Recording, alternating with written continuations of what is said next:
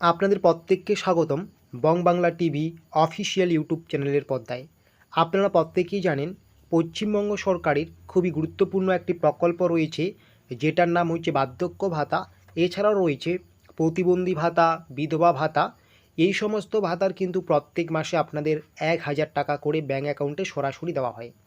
ইতিমধ্যে আপনাদের মার্চ মাসে টাকা দেওয়া হয়েছে, আর যারা পাননি আপনারা কিন্তু 2-1 দিনের মধ্যে পেয়ে যাবেন।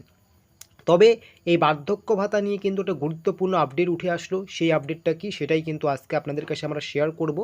তার আগে অবশ্যই বলবো, যদি আপনারা আমাদের এই বং বাংলা টিভি অফিসিয়াল ইউটিউব চ্যানেলে আজকে নতুন হয়ে থাকেন, অবশ্যই আপনারা আমাদের এই চ্যানেলটিকে সাবস্ক্রাইব করবেন। সাবস্ক্রাইব করে নোটিফিকেশনটাকে অন করে রাখবেন। এছাড়া আপনাদেরকে নিয়ে আমাদের একটি হোয়াটসঅ্যাপ গ্রুপ ক্রিয়েট করা হয়েছে। আপনারা কিন্তু অবশ্যই আমাদের সেই হোয়াটসঅ্যাপ গ্রুপে যুক্ত হবেন। ভিডিও ডেসক্রিপশন বক্সে লিঙ্ক দেওয়া আছে। অথবা আপনাদের জন্য আমাদের একটি ফেসবুক পেজ রয়েছে, আপনারা কিন্তু সেই ফেসবুক পেজেও যুক্ত হতে পারেন। ভিডিও ডেসক্রিপশন বক্সে আমাদের সেই ফেসবুক পেজের লিঙ্ক আমরা শেয়ার করে দিয়েছি। আপনারা প্রত্যেকেই জানেন এই যে বার্ধক্য ভাতার টাকা, এই টাকা কিন্তু শুধু আপনাদের রাজ্য সরকারই দিচ্ছে না, এই টাকা কিন্তু কেন্দ্রীয় সরকার এবং রাজ্য সরকার মিলে উভয়ই দিচ্ছে। এটা আপনারা প্রত্যেকেই জানেন।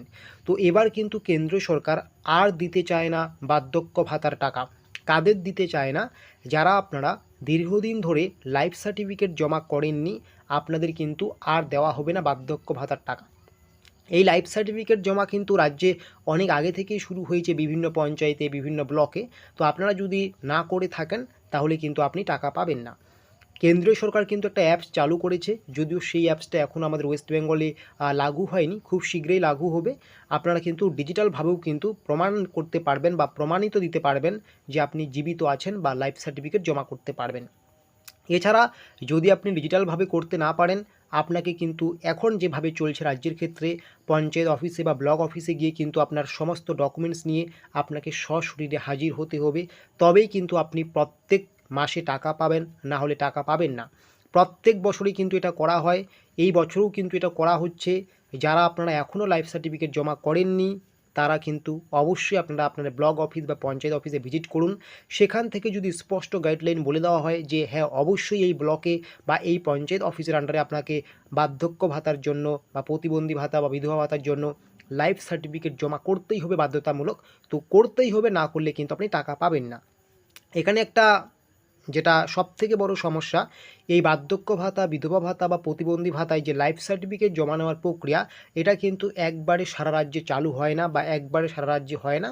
তাই কিন্তু আপনারা অনেকেই বুঝতে পারেন না, এবং এর ফলে কিন্তু পরবর্তীতে আপনারা এই সমস্ত ভাতার লিস্ট থেকে বঞ্চিত হন। তার জন্য কিন্তু আপনার নির্দিষ্ট ব্লক অফিসে গিয়ে একটু যোগাযোগ রাখবেন। যদি আপনার ব্লক অফিসের তরফ থেকে কোনো নোটিফিকেশন জারি করা হয় বা পঞ্চায়েতের পক্ষ থেকে জানানো হয় যে অবশ্যই এই সময়ের মধ্যে আপনাদেরকে লাইফ সার্টিফিকেট জমা করতে হবে, তো অবশ্যই কিন্তু আপনার সমস্ত ডিটেলস নিয়ে আপনি সশরীরে আপনার ব্লক অফিসে বা পঞ্চায়েত অফিসে যেখানেই যেতে বলবে আপনাকে গিয়ে হাজির হতে হবে। তবেই কিন্তু আপনি টাকা পাবেন, না হলে কিন্তু টাকা পাবেন না। আপনারা জানেন এই মুহূর্তে কিন্তু রাজ্যে বার্ধক্য ভাতার অনেক শূন্য পদের অভাব রয়েছে। যারা নতুন করে আবেদন করেছেন তারা কিন্তু আপনারা টাকা পাচ্ছেন না, কারণ শূন্য পদের অভাব রয়েছে। তারপরেও অনেকে বেনিয়মভাবে টাকা পাবেন কেন, এই সমস্ত বিষয়ে কিন্তু কড়া নির্দেশিকা জারি করে এই রকম সিদ্ধান্ত। তাই আপনি যদি এখনও লাইফ সার্টিফিকেট জমা করে না থাকেন তাহলে কিন্তু আজকেই খোঁজখবর নিন যে কোথায় লাইফ সার্টিফিকেট জমা নেওয়া হচ্ছে।